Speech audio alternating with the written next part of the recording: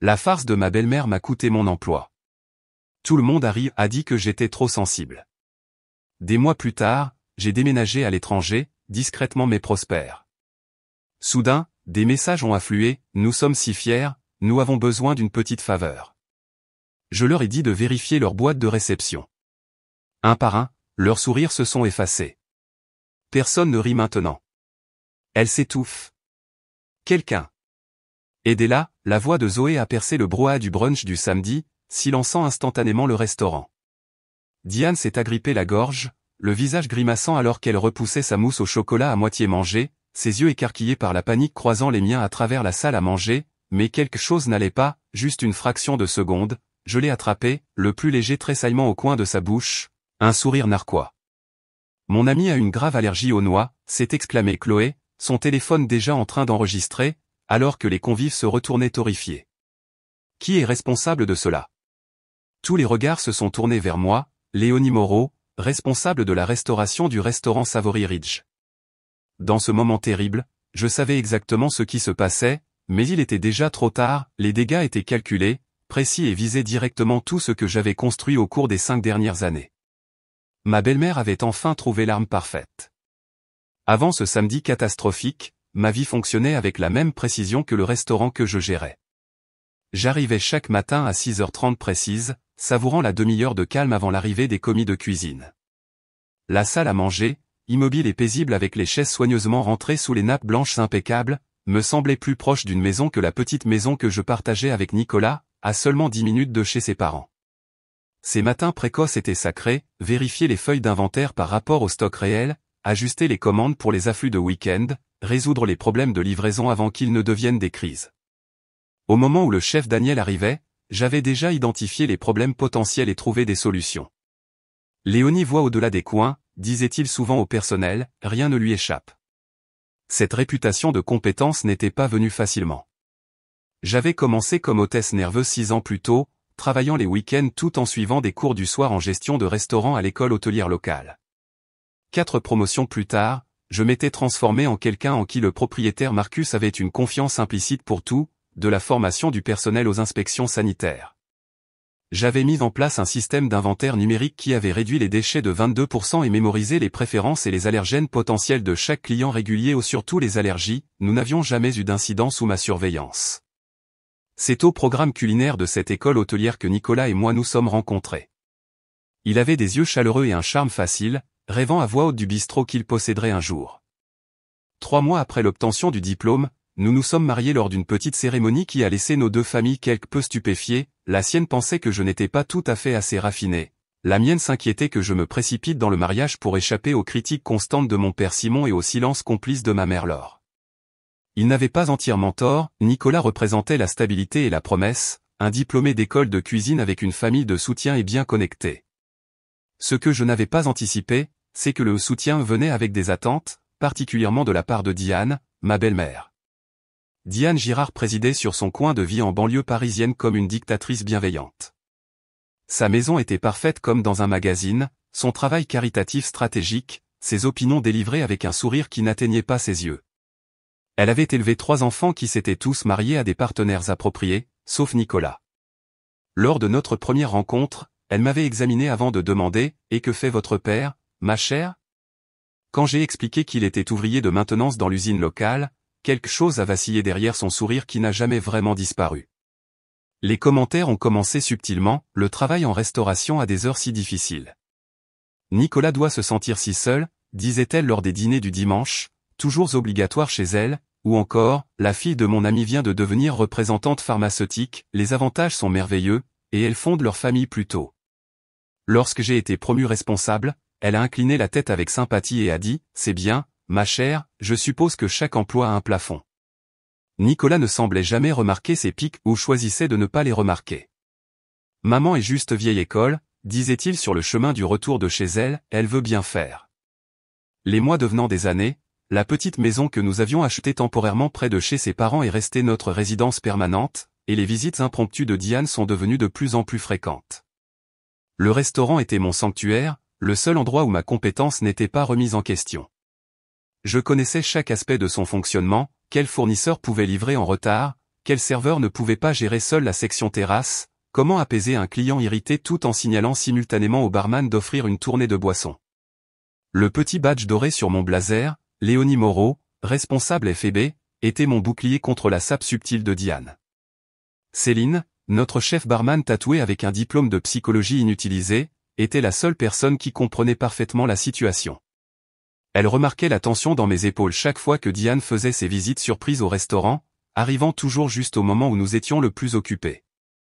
Ta belle-mère a demandé si je connaissais d'autres postes plus appropriés pour toi pendant que tu étais en cuisine hier, m'a dit Céline un soir alors que nous fermions.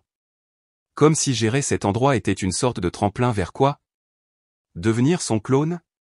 Elle est juste traditionnelle, j'ai dit, me concentrant intensément sur le rapprochement des reçus de la journée. C'est un cauchemar en vêtements de créateur, a rétorqué Céline, jamais avare de mots directs. Et Nicolas a besoin de se trouver une colonne vertébrale.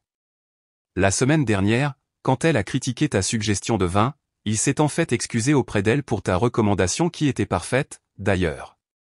Je ne pouvais pas argumenter, mon mariage avait développé des fissures capillaires, des désaccords sur les obligations familiales, des silences tendus après les visites chez Diane, le ressentiment subtil de Nicolas concernant mon emploi du temps professionnel et ma frustration face à son manque de volonté d'établir des limites avec sa mère.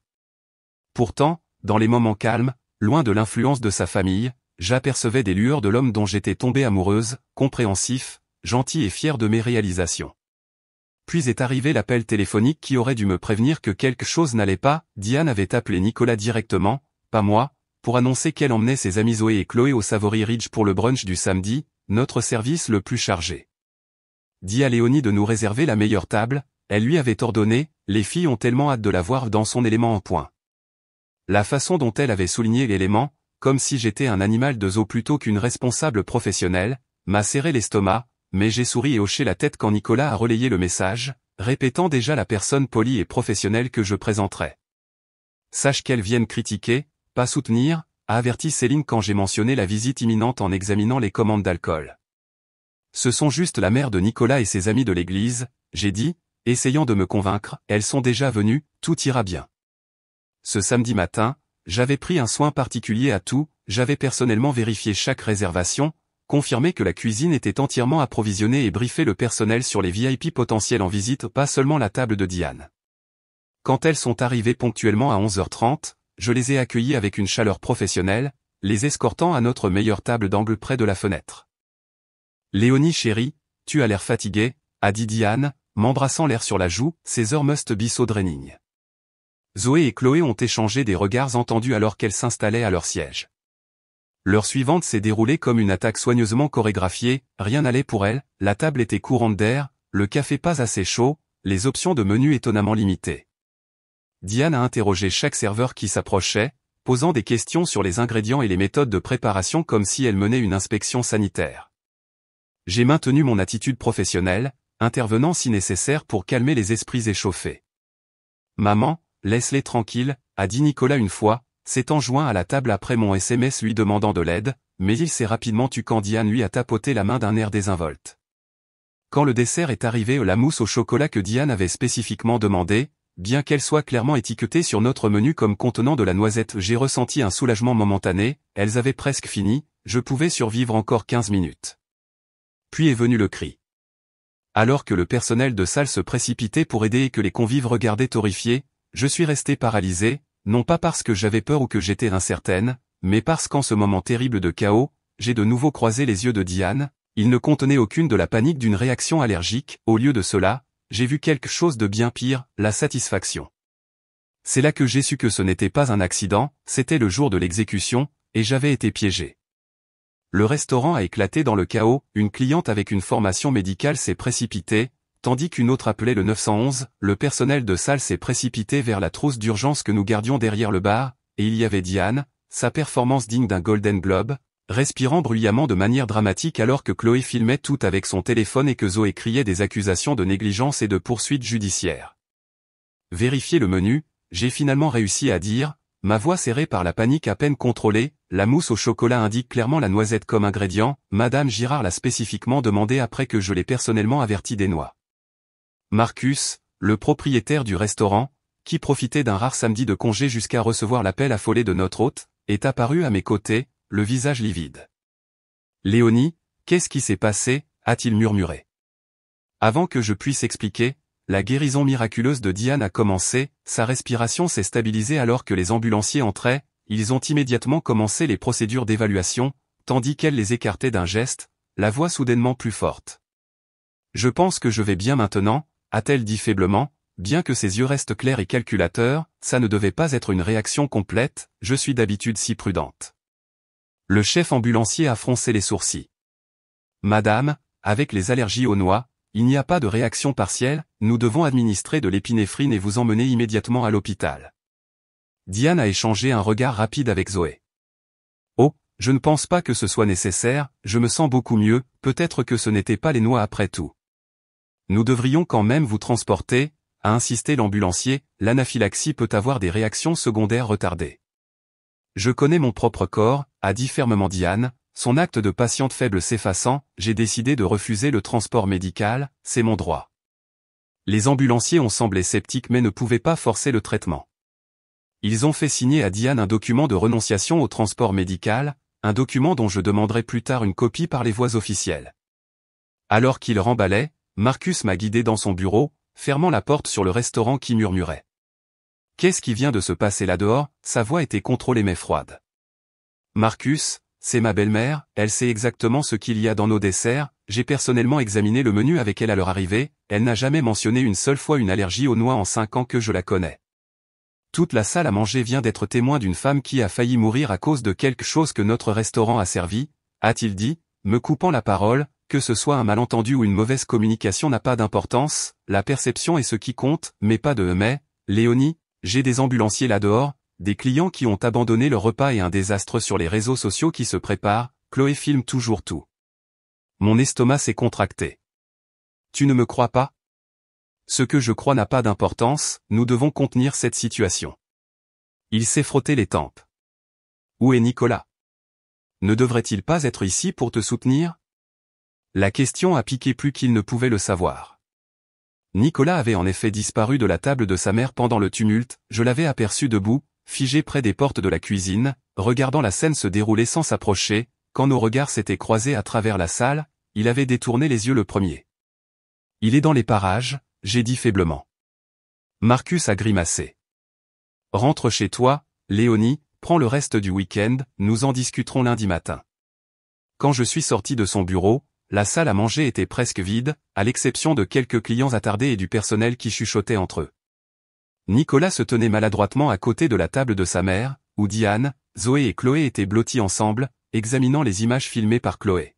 « Et quand on la ralentit ici, » disait Chloé, « on peut vraiment voir son visage quand elle réalise ce qui se passe, pas une once d'inquiétude, juste de l'agacement. Elles se sont tues à mon approche. » Diane a tamponné ses yeux parfaitement secs avec une serviette. « Léonie chérie, je suis tellement désolée pour tout cet désagrément, » a-t-elle dit avec une sincérité travaillée, qui aurait pu savoir que ce minuscule morceau de noisette causerait tant d'ennuis. « Tu l'as su, » j'ai dit doucement, parce qu'il n'y a jamais eu de réaction allergique. La tête de Nicolas s'est redressée brusquement. « Amber, maman aurait pu mourir. » Aurait-elle pu, Nicolas? Alors pourquoi a-t-elle refusé d'aller à l'hôpital? Pourquoi est-elle assise ici, complètement bien, après avoir prétendument ingéré son allergène? Où est l'auto-injecteur d'épinéphrine qu'elle devrait porter si son allergie est si grave? Diane a posé une main retenue sur le bras de Nicolas alors qu'il ouvrait la bouche pour argumenter. Il est bouleversé, chérie, ne rendons pas les choses pires, clairement, il y a eu un terrible malentendu. Le seul malentendu, j'ai dit, la voix tremblante, c'est que je pensais que tu avais une décence humaine élémentaire, quel genre de personne simule une réaction allergique? Léonie, Nicolas avait l'air horrifié, excuse-toi auprès de ma mère, tout de suite. Le restaurant s'était complètement tu. Céline se tenait à proximité, observant avec une inquiétude non dissimulée, d'autres membres du personnel détournaient les yeux, mal à l'aise avec le drame familial qui se déroulait. Non, j'ai dit, me surprenant même moi-même, je ne m'excuserai pas d'avoir dit la vérité, Diane n'a pas d'allergie aux noix, elle a délibérément commandé ce dessert, sachant exactement ce qu'il contenait, Chloé a tout filmé parce qu'elles avaient planifié cela. L'expression de Diane s'est durcie un instant avant que son visage ne se froisse en un masque maternel blessé. Nicolas, je n'arrive pas à croire ça après tout ce que nous avons traversé aujourd'hui. Allons-y, a marmonné Nicolas, aidant sa mère à se lever, nous parlerons de cela à la maison, Léonie. Oh, elle ne devrait pas rentrer chez elle tout de suite, a dit Diane d'une voix suave, elle a besoin de temps pour se calmer, nous t'emmènerons chez nous pour dîner. Je suis resté figé sur place alors qu'elles rassemblaient leurs affaires.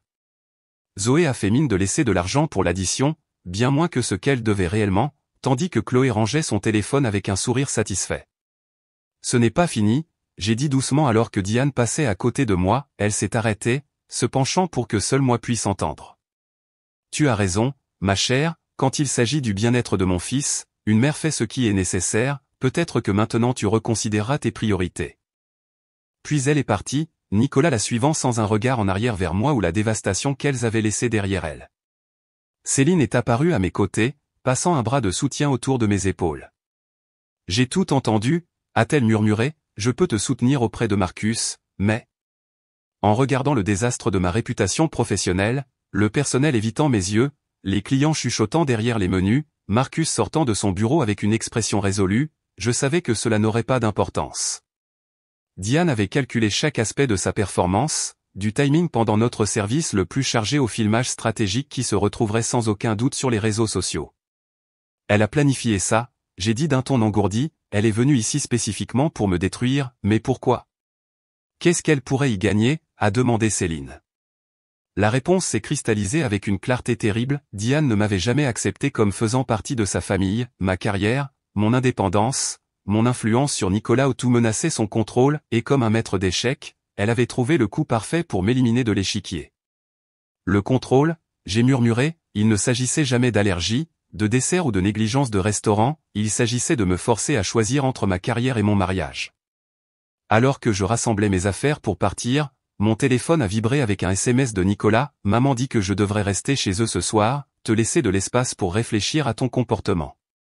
À ce moment-là, debout au milieu des ruines de tout ce que j'avais construit, j'ai réalisé que Diane avait mal calculé un détail crucial, elle pensait que cette blague me briserait, me forcerait à m'excuser et finalement à me soumettre à sa vision de ce qu'une belle fille convenable devrait être. Au lieu de cela, à chaque minute qui passait, quelque chose de nouveau se durcissait en moi, quelque chose de froid, de patient et d'absolument déterminé. Ce n'était pas la fin de mon histoire, ce n'était que le début de la leur. Lundi matin est arrivé avec le poids de l'inévitabilité. J'avais passé le week-end seul dans notre maison vide, mes appels à Nicolas allant directement à la messagerie vocale. Le sommeil m'avait fui, remplacé par des rejouements mentaux sans fin de la performance de Diane et des visages du personnel alors que j'avais quitté le restaurant. À 9h précises, je suis entré au Savory Ridge, la colonne vertébrale rigide d'une dignité déterminée. Marcus m'attendait dans son office avec Diane des ressources humaines, sa présence confirmait ce que je savais déjà. Le restaurant n'ouvrirait pas avant 2h, mais je pouvais voir le personnel de cuisine jeter un coup d'œil à travers la fenêtre du passe-plat, leurs expressions un mélange de pitié et de malaise. « S'il vous plaît, asseyez-vous » a dit Marcus, désignant la chaise en face de son bureau sans tout à fait me regarder dans les yeux. « Je préfère rester debout » j'ai dit doucement. Diane a éclairci sa gorge. Léonie, nous avons examiné l'incident de samedi et consulté les services juridiques, étant donné les circonstances. Vous me licenciez, j'ai interrompu, ma voix plus ferme que je ne le sentais, malgré 5 ans de service parfait et de rapports d'inspection sanitaire impeccables. Marcus m'a finalement regardé. Ce n'est pas si simple. Si, ça l'est, j'ai rétorqué, Diane Girard a simulé une réaction allergique, elle a refusé le transport médical parce qu'elle savait qu'une évaluation hospitalière révélerait qu'elle mentait. Mais rien de tout cela n'a d'importance parce que la perception est déjà là, a dit Diane d'un ton sombre, la vidéo a plus de 5000 vues, Chloé Williams a tagué des groupes de restaurants locaux, plusieurs clients réguliers ont déjà annulé leur réservation permanente. Mon estomac s'est tordu. Alors, je suis l'agneau sacrificiel? Nous mettons fin à votre emploi avec effet immédiat, a dit Marcus en glissant un dossier sur son bureau, il y a 2 mois d'indemnité de licenciement, une lettre de référence neutre et un accord de non-divulgation vous empêchant de discuter des spécificités de cet incident. Vous voulez que je me taise sur le fait d'avoir été piégé. L'injustice m'a frappé comme un coup physique.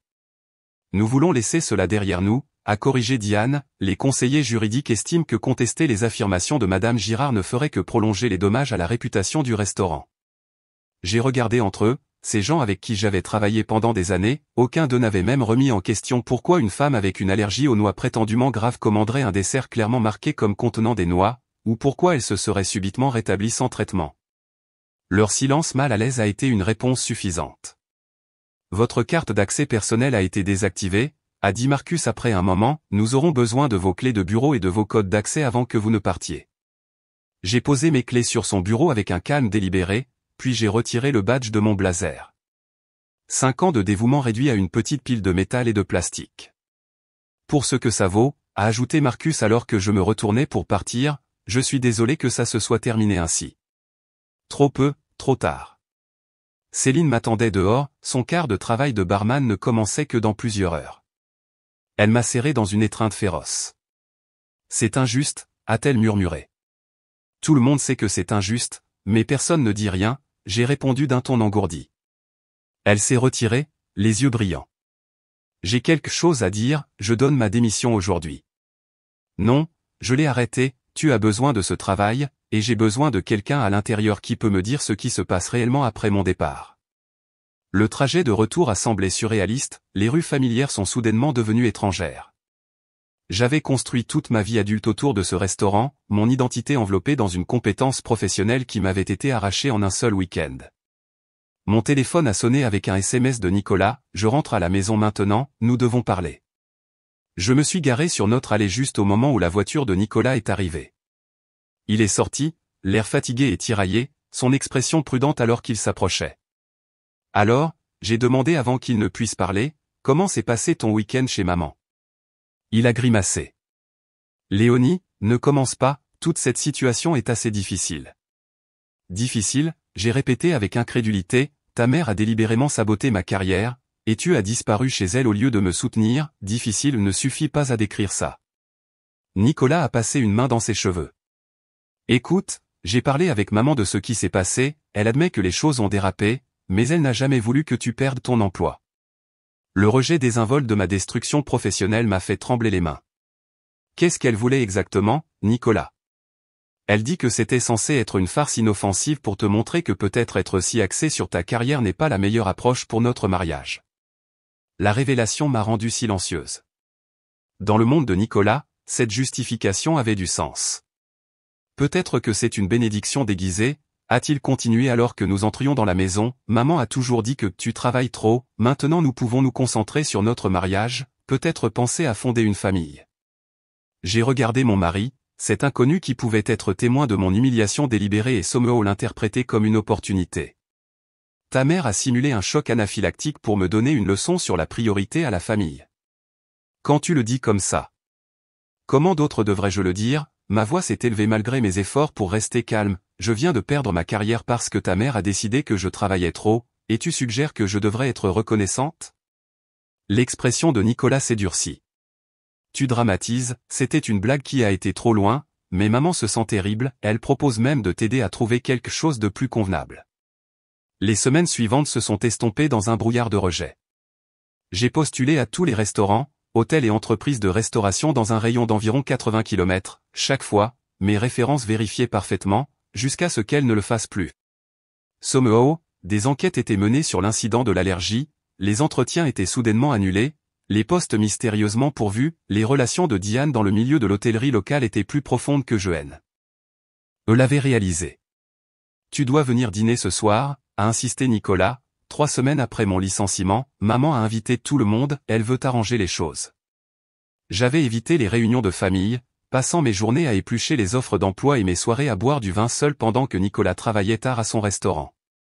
L'idée de faire face à Diane me nouait l'estomac, mais refuser ne ferait que renforcer leur récit de moi comme étant difficile et dramatique. La salle à manger de Diane était remplie de la famille élargie de Nicolas à notre arrivée, la conversation s'est calmée à mon entrée, des yeux curieux évaluant mon apparence, jugeant si le chômage m'avait déjà brisé. Léonie chérie, Diane m'a étreint avec une chaleur travaillée, tu nous as manqué au dîner du dimanche, viens t'asseoir à côté de moi. Le repas s'est déroulé avec une politesse exaspérante, la conversation banale coulant autour de moi comme de l'eau autour d'une pierre. Finalement, alors que le dessert était servi, Diane a teinté son verre pour attirer l'attention. Je voudrais dire quelque chose, a-t-elle annoncé, Léonie, je veux m'excuser publiquement pour le malentendu malheureux dans ton restaurant, je n'ai jamais eu l'intention que les choses aillent si loin. Des murmures d'approbation ont circulé autour de la table. Nicolas m'a serré la main avec encouragement. En fait, a continué Diane, j'ai une proposition, le comité de collecte de fonds de l'église a besoin d'aide pour organiser nos ventes de pâtisserie mensuelles, ce n'est que quelques heures par semaine, parfait pour quelqu'un avec ta flexibilité temporaire. La table a éclaté en commentaires de soutien, quelle attention, quelle solution parfaite, Diane trouve toujours un moyen d'aider. Je suis restée silencieuse, ma fourchette immobile au-dessus de ma tarte intacte. Well, a relancé Diane, son sourire se durcissant, n'est-ce pas une belle opportunité? Tous les yeux fixés sur moi, attendant une gratitude appropriée. Merci pour l'offre, j'ai finalement dit, chaque mot sculpté avec précision dans la glace, j'y réfléchirai. Le sourire de Diane a vacillé face à mon manque d'enthousiasme, mais elle s'est rapidement rétablie. Bien sûr, ma chère, prends tout le temps dont tu as besoin, ce n'est pas comme si tu avais des obligations concurrentes. La table a gloussé de rire. Plus tard ce soir-là, incapable de dormir à côté de Nicolas qui ronflait doucement, je suis descendu pour vérifier mes emails sur notre ordinateur portable partagé.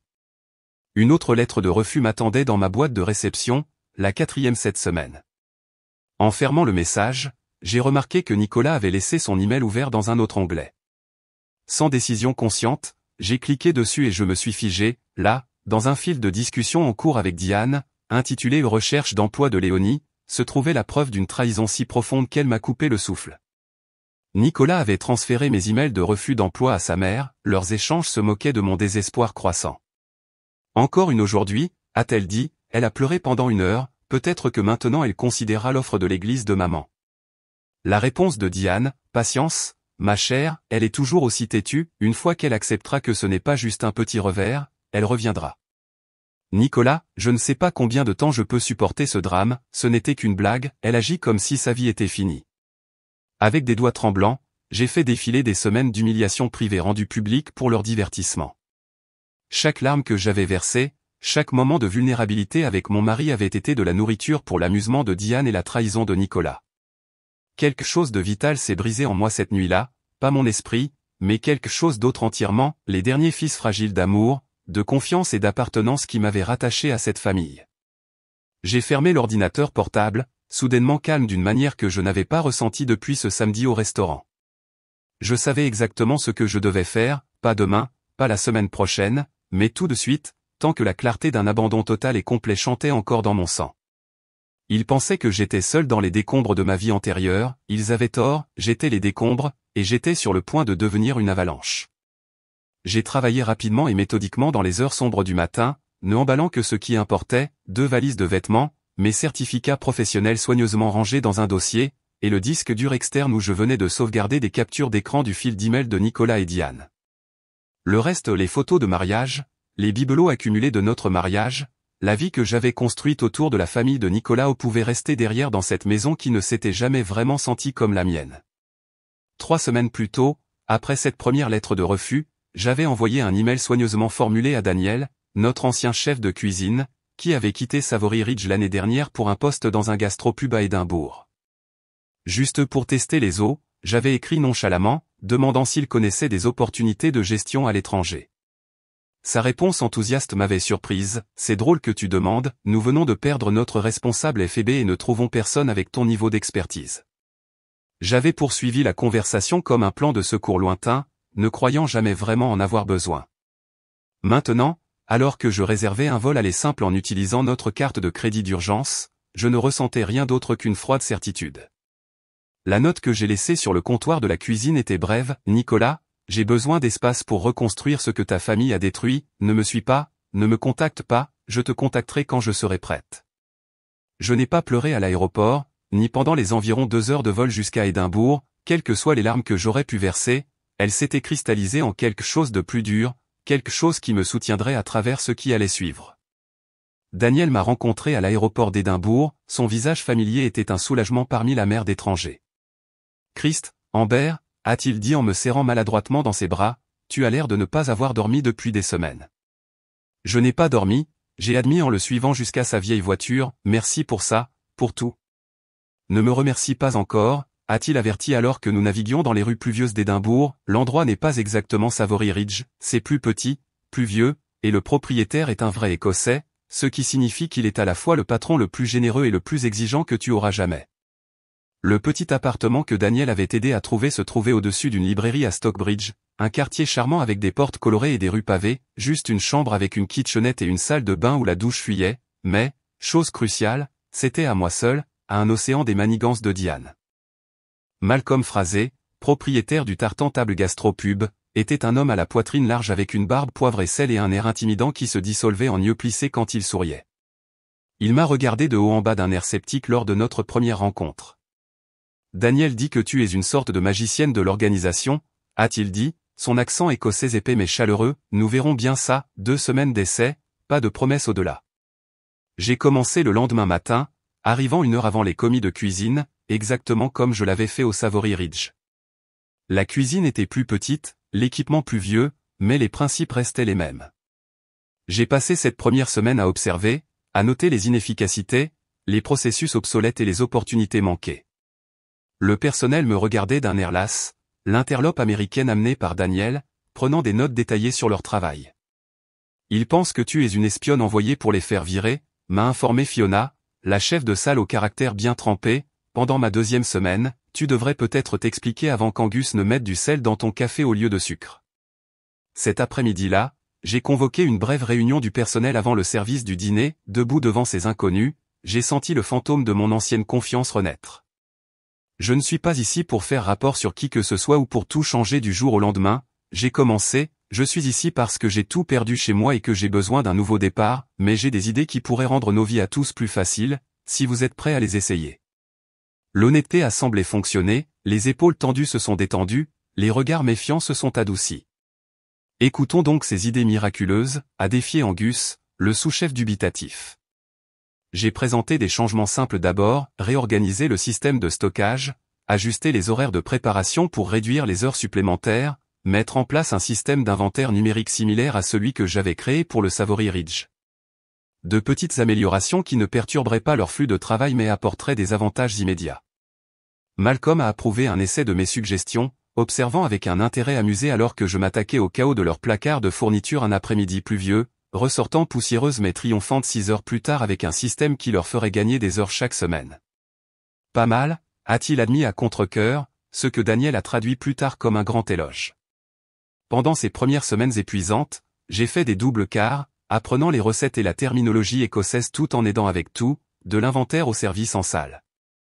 La nuit, trop branché pour dormir malgré une fatigue profonde, j'ouvrais mon ordinateur portable et documentais chaque détail de la farce de Diane méticuleusement, date, conversation, témoin. Céline avait envoyé des images de sécurité montrant Diane marchant parfaitement normalement aux toilettes après son attaque, ainsi que des déclarations du personnel qui avait entendu des commentaires suggestifs de Chloé à propos de donner une leçon à Léonie. Je n'étais pas sûr de ce que je ferais de ce dossier de preuves grandissant, tout ce que je savais, c'est qu'un jour, quand je serai prête, je voudrais une preuve irréfutable de ce qu'ils avaient fait. 3 mois après le début de mon aventure écossaise, mon poste temporaire est devenu permanent. 6 mois plus tard, Malcolm m'a promu à la direction supérieure après que mon système d'inventaire a réduit leurs coûts alimentaires de 18%.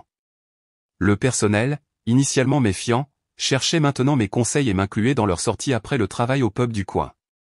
Tu as bien retombé sur tes pieds ici, a observé Daniel un soir alors que nous rentrions chez nous dans les rues brumeuses après la fermeture, je ne crois pas avoir jamais vu Malcolm faire confiance à quelqu'un aussi rapidement.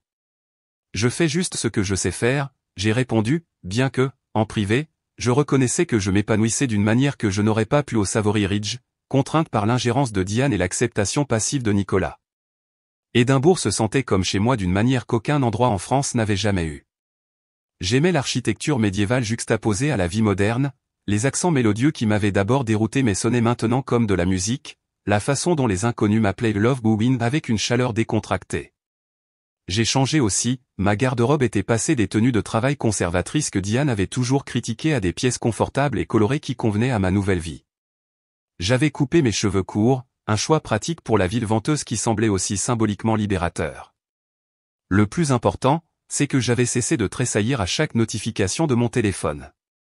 Nicolas avait envoyé des dizaines de messages dans les premières semaines, passant de la confusion à la colère puis aux supplications. J'avais répondu une seule fois, j'ai dit ce que je pensais, je te contacterai quand je serai prête. Diane avait tenté des approches plus créatives, allant même jusqu'à demander à des amis d'amis de la contacter à propos de voyages coïncidents à Édimbourg, je les ai tous bloqués. L'opportunité inattendue est arrivée 10 mois après le début de ma réinvention écossaise. Malcolm m'a appelé dans son petit bureau un après-midi, l'air inhabituellement sérieux. Besoin de parler affaires, a-t-il dit d'un ton brusque, le docteur dit que je dois ralentir, mon cœur n'est plus ce qu'il était. Mon estomac s'est serré. Malcolm, je suis tellement désolé. Il a écarté mon inquiétude. Pas encore mourant, juste besoin de prendre un peu de recul, Daniel est un chef brillant, mais il ne pourrait pas gérer une liste de courses, encore moins une entreprise. Il m'a regardé d'un regard fixe. Toi, en revanche. Je l'ai regardé, ne comprenant pas tout à fait ce qu'il suggérait. Je t'offre une association, a-t-il dit sans détour, 25% maintenant, avec option d'augmenter, tu as transformé cet endroit, l'a rendu rentable d'une manière qu'il ne l'a pas été depuis des années, le personnel te respecte, je te fais confiance. Je ne sais pas quoi dire, j'ai réussi à dire, sincèrement abasourdi.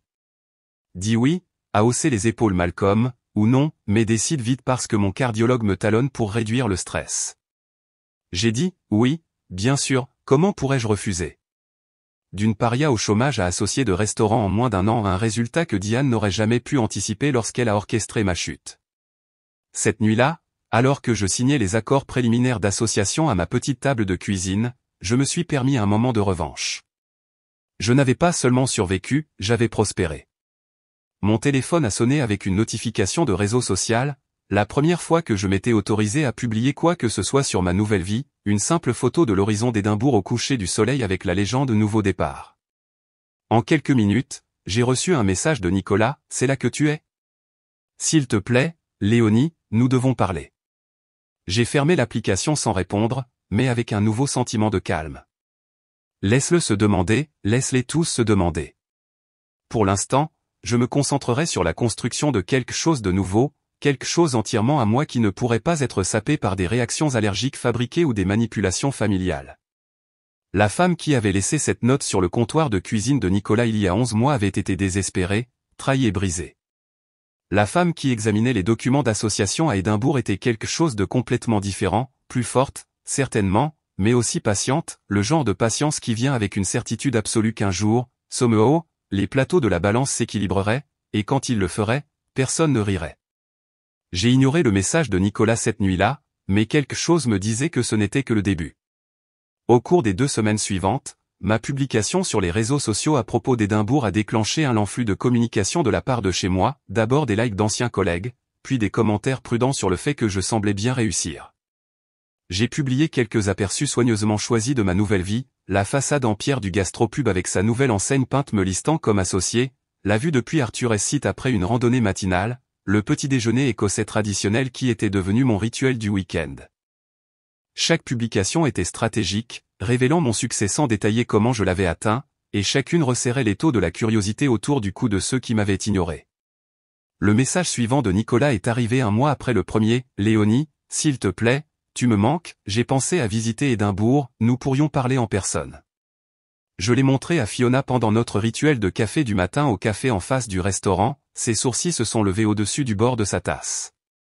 Alors, le mari réalise enfin ce qu'il a perdu, n'est-ce pas, a-t-elle demandé, son accent écossais s'épaississant avec désapprobation. Il ne lui a fallu qu'un an et un titre de poste fantaisiste pour revenir en rampant.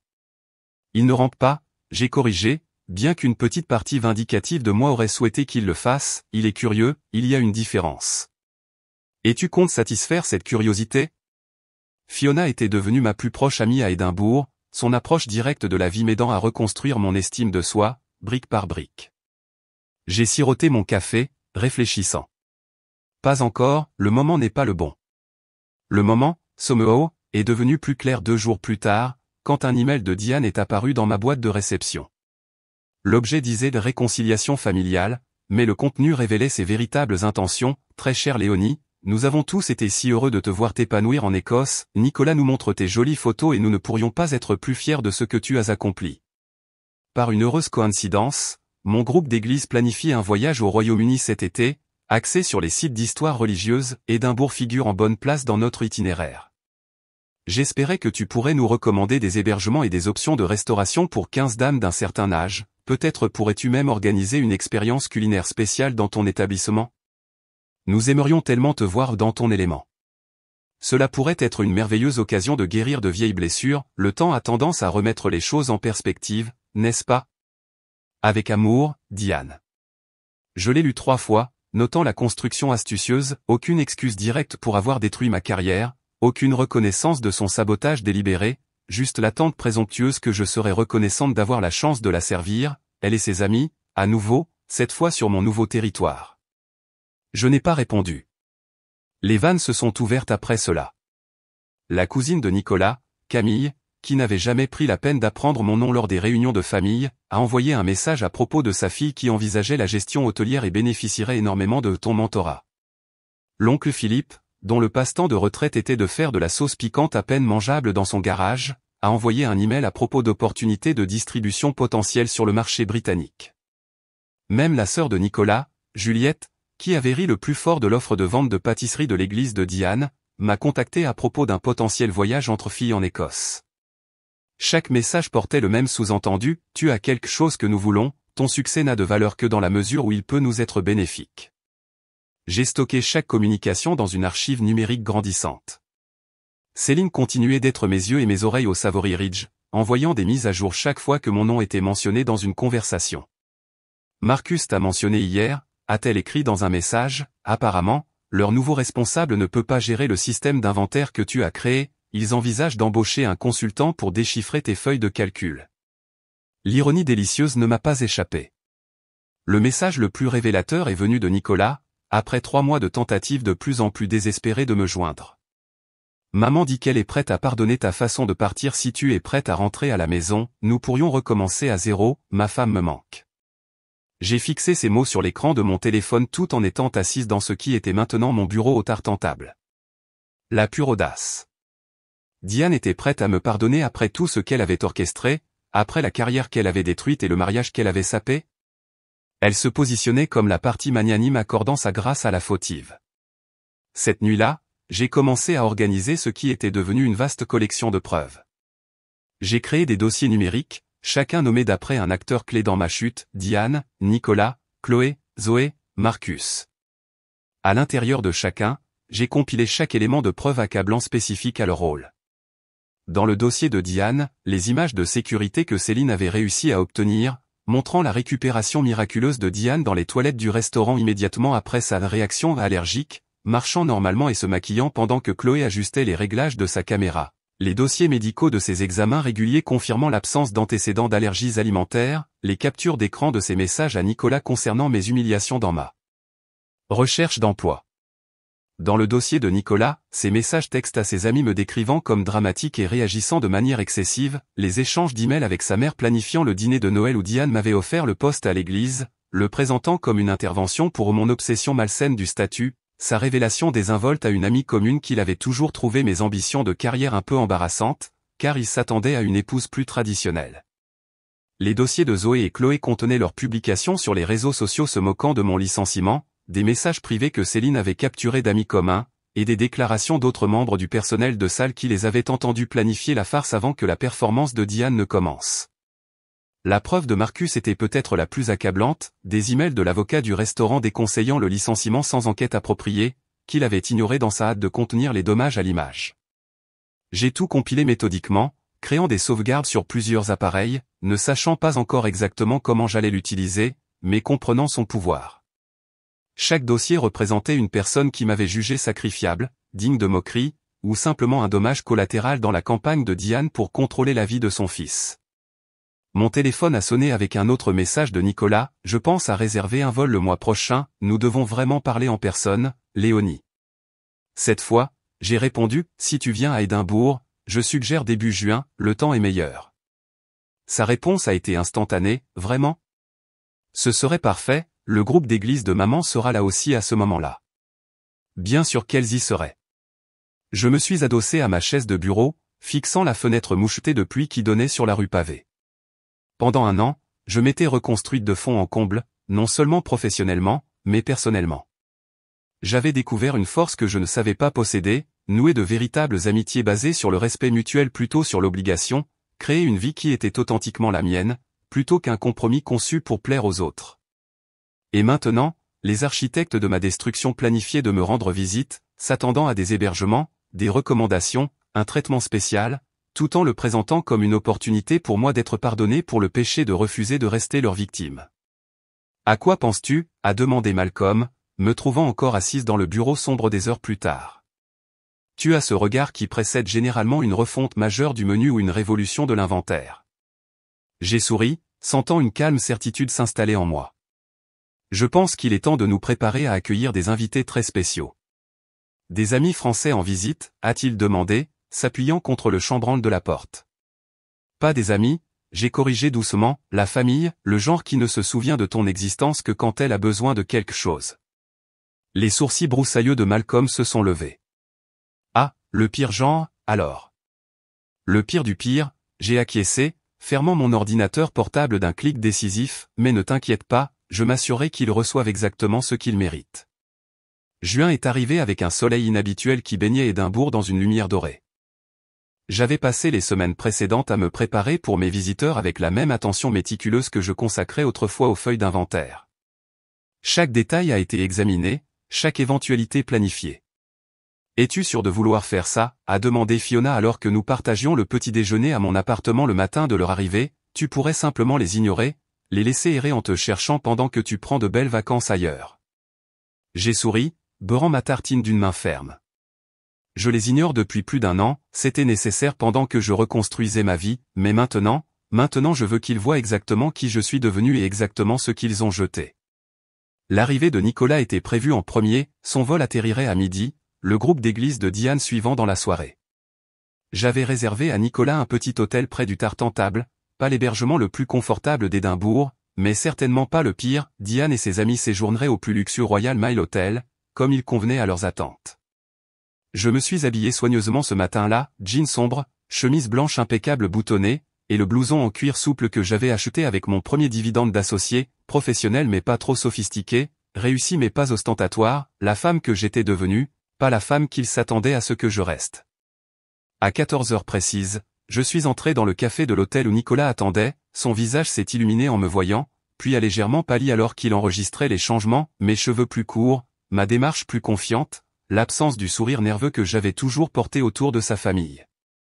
Léonie, il s'est levé, les bras tendus pour une étreinte dans laquelle je ne me suis pas engouffré. Tu as l'air différente, super, mais différente.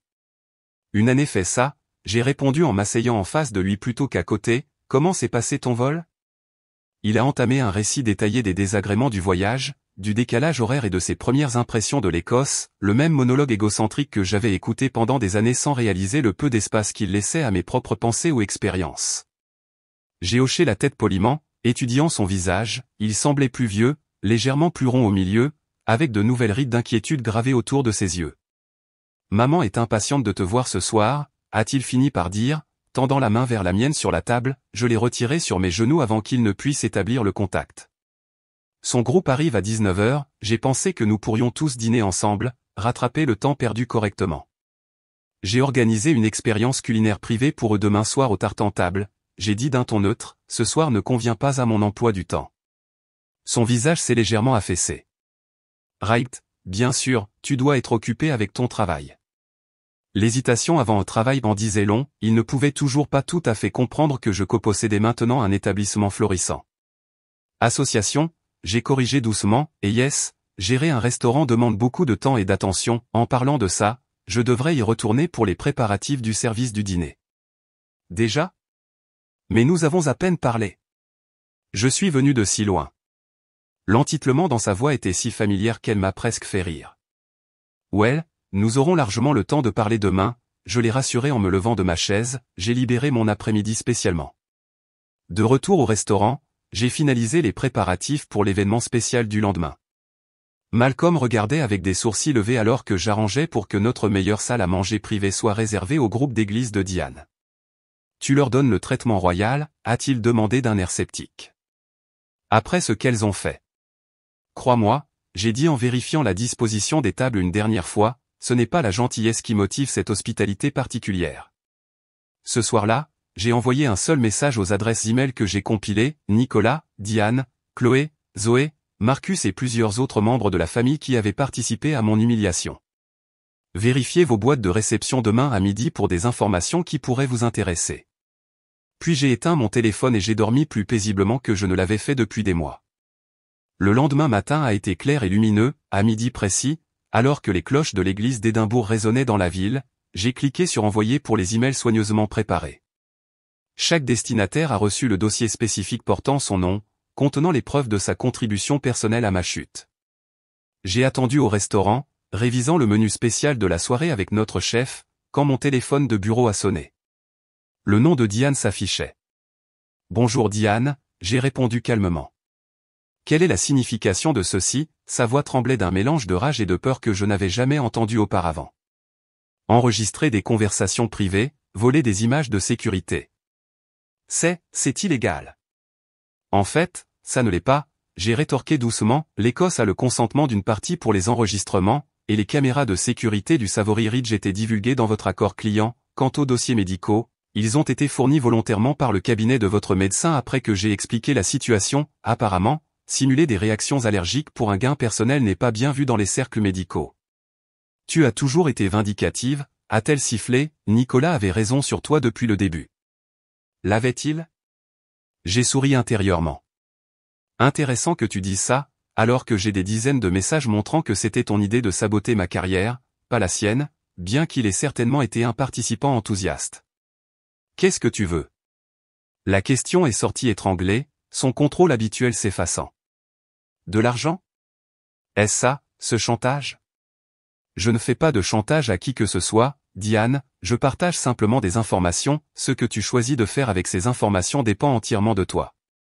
J'ai raccroché alors que l'appel de Nicolas arrivait sur mon téléphone portable, sa voix était méconnaissable, étranglée par l'émotion. Léonie, s'il te plaît, je peux expliquer, je n'ai jamais voulu que les choses aillent si loin, maman essayait juste de nous aider à passer plus de temps ensemble. En détruisant ma carrière et en m'humiliant publiquement, j'ai gardé ma voix calme, c'est une approche intéressante de la thérapie conjugale. J'étais faible, a-t-il admis, j'aurais dû lui tenir tête, mais j'ai changé, tu me manques, nous pouvons recommencer à zéro. Ce n'est pas possible, Nicolas, j'ai demandé le divorce, les documents se trouvent dans ta deuxième pièce jointe d'email, en dessous des captures d'écran de toi te moquant de ma recherche d'emploi avec ta mère, ta signature et tout ce qui est nécessaire. Le silence s'est étiré entre nous, 8000 kilomètres et un gouffre de trahison qui ne pourrait jamais être comblé. Au moins, me verras-tu, a-t-il finalement demandé, avant que je ne reparte? Je vous verrai tous ce soir, j'ai confirmé, 19h, salle à manger privée, j'ai préparé quelque chose de spécial. Marcus a été le suivant, un appel professionnel tendu reconnaissant la réception des preuves et demandant une réunion avec son équipe juridique. Cela nous met dans une position difficile, Léonie. Cela m'a mis dans une position difficile il y a un an, je lui ai rappelé, quand vous m'avez licencié sans enquête pour un incident entièrement fabriqué. L'offre de règlement est arrivée par courrier express 3 heures plus tard, une somme substantielle qui reconnaissait le licenciement abusif sans techniquement admettre de faute. J'ai signé immédiatement, ayant déjà décidé exactement où l'argent irait. À 19h, je me tenais à l'entrée de notre salle à manger privée alors que le groupe d'église de Diane entrait, Nicolas traînant derrière, l'air sidéré. Le visage de Diane était soigneusement composé, bien que ses yeux papillotent nerveusement entre ses amies qui semblaient inconscientes des révélations du matin. Je les ai accueillis professionnellement, présentant notre chef qui a décrit le menu spécial de la soirée. Tout s'est déroulé avec une parfaite hospitalité écossaise, jusqu'au dessert. Alors que les assiettes étaient débarrassées, je me suis tenu en bout de table. En l'honneur de notre relation spéciale, j'ai commencé, ma voix portant clairement dans la salle, j'ai préparé quelque chose de significatif pour chacune d'entre vous. Les serveurs ont distribué des enveloppes élégantes à chaque personne. À l'intérieur se trouvait ma carte de visite avec mon nouveau titre, associé, groupe de restaurants Tartentable, ainsi qu'une note les informant qu'en leur nom, j'avais fait don de l'intégralité du règlement de Savory Ridge à la Fondation pour la recherche sur les allergies alimentaires. Certaines blagues, j'ai ajouté doucement, regardant directement Diane, vieillissent mieux que d'autres. Le silence était absolu alors que la compréhension se faisait jour sur leur visage. Pas d'accusation, pas de confrontation dramatique, juste la symétrie élégante des conséquences trouvant enfin leur propriétaire légitime. J'ai fait signe au personnel de continuer le service, puis je suis retourné calmement à mon bureau, les laissant digérer plus que leur dessert. Plus tard cette nuit-là, après le départ du dernier membre du groupe de Diane dans un silence inconfortable, Fiona m'a trouvé dans mon bureau, examinant les réservations du lendemain comme si rien d'extraordinaire ne s'était passé. Well, a-t-elle relancé, comment ça fait? J'ai examiné la question attentivement. Pas aussi vindicatif que je l'avais imaginé, principalement final, comme fermer un livre que je n'ai plus besoin d'ouvrir. Et le mari? Futur ex-mari, je suppose, j'ai corrigé, Nicolas a signé les papiers du divorce juste à table, première fois qu'il prend une décision sans consulter sa mère d'abord. Fiona a ri, levant son verre de whisky. Alors, à de nouveaux départs. Non, j'ai corrigé doucement, à des fins parfaites. Dehors, les lumières du soir d'Édimbourg scintillaient sur l'ancienne ville qui était devenue ma véritable maison. Il y a un an, j'étais arrivé brisé et trahi, n'emportant rien d'autre que des certificats professionnels et une confiance brisée. Maintenant, je me tenais entière, plus forte d'avoir été brisée, plus sage d'avoir été trompée. La petite blague de Diane m'avait coûté un emploi, un mariage et une vie que je pensais vouloir. En retour, elle m'avait donné quelque chose de bien plus précieux, la connaissance inébranlable de ma propre résilience et le goût doux et satisfaisant d'une justice servie à la température parfaite. Si cette histoire de douce vengeance vous a tenu en haleine, appuyez sur le bouton j'aime tout de suite. Ne manquez pas d'autres histoires passionnantes comme celle-ci.